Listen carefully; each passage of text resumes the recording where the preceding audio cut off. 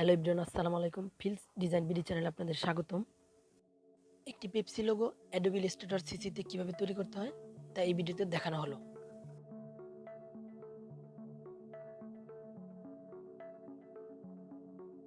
মাউসের left button click করে এখান থেকে ওয়াইড এবং হাইট তৈরি করে নিব।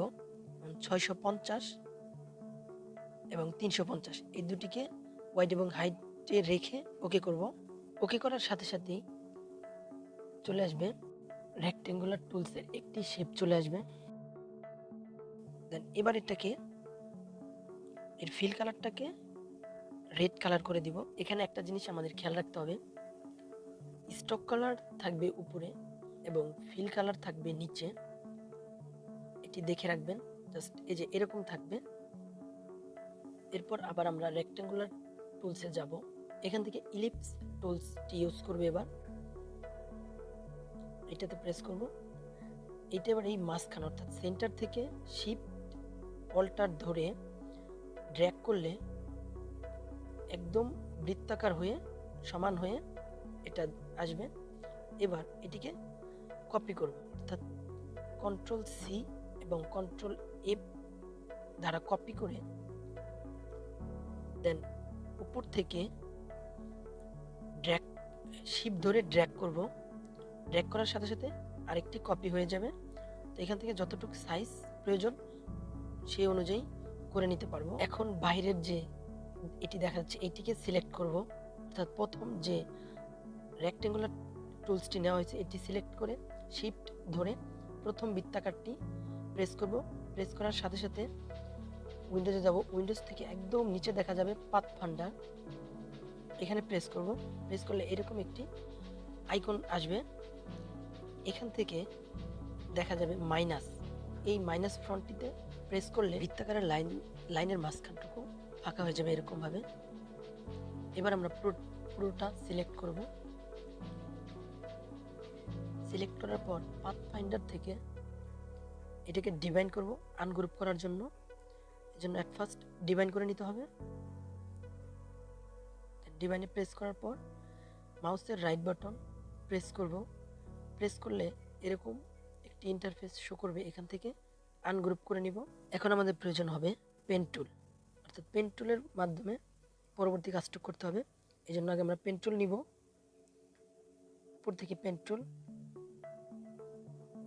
এখানে আমরা কাজটা করি। এখানে একটা প্রেস করব।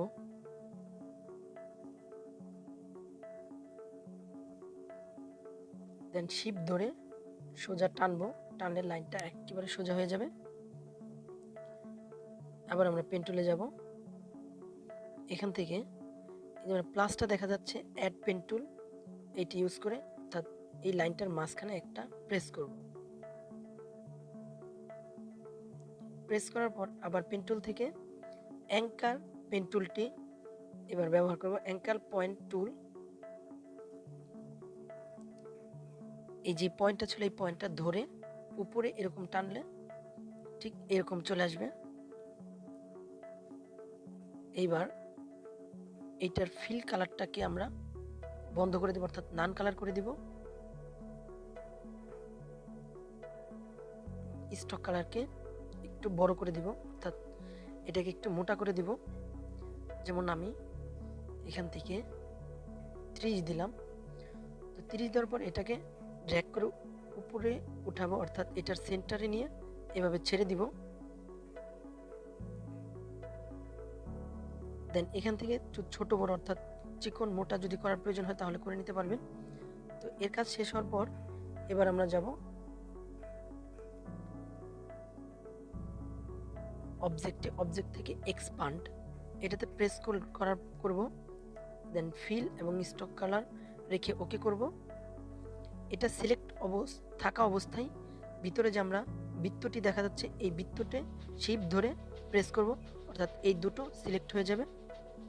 এবার পাথফাইন্ডার থেকে এই মাইনাস ফ্রন্টটি সিলেক্ট করব, অর্থাৎ এখানে প্রেস করব। আমাদের এই লাইনটির এই মাঝখানটুকু এরকম দেখা যাবে, অর্থাৎ এটুকুই সাদা হয়ে শো করবে। তো এবার আমরা এই পুরোটা সিলেক্ট করার পর, অর্থাৎ এই মাঝখানের এই বৃত্তটুকু সিলেক্ট করার পর আনগ্রুপ করব। করার পর এবার যে কালারগুলো, কালার কম্বিনেশন, সেগুলো আমরা দিব। যেমন এখানে এই কালারটি দিতে হবে, অর্থাৎ একটু নীল, এবং নিচেরটুকু একইভাবে এই নীল দেব। এই হচ্ছে আমাদের পেপসির লোগো। অর্থাৎ এইভাবে আমরা সহজে পেপসির লোগো আর্ট করতে পারি। এবং আপনি যদি চান, ইচ্ছে করলে যে সাইটের এগুলো ডিলিট করে দিতে পারেন। এভাবেই আমরা পেপসির লোগো তৈরি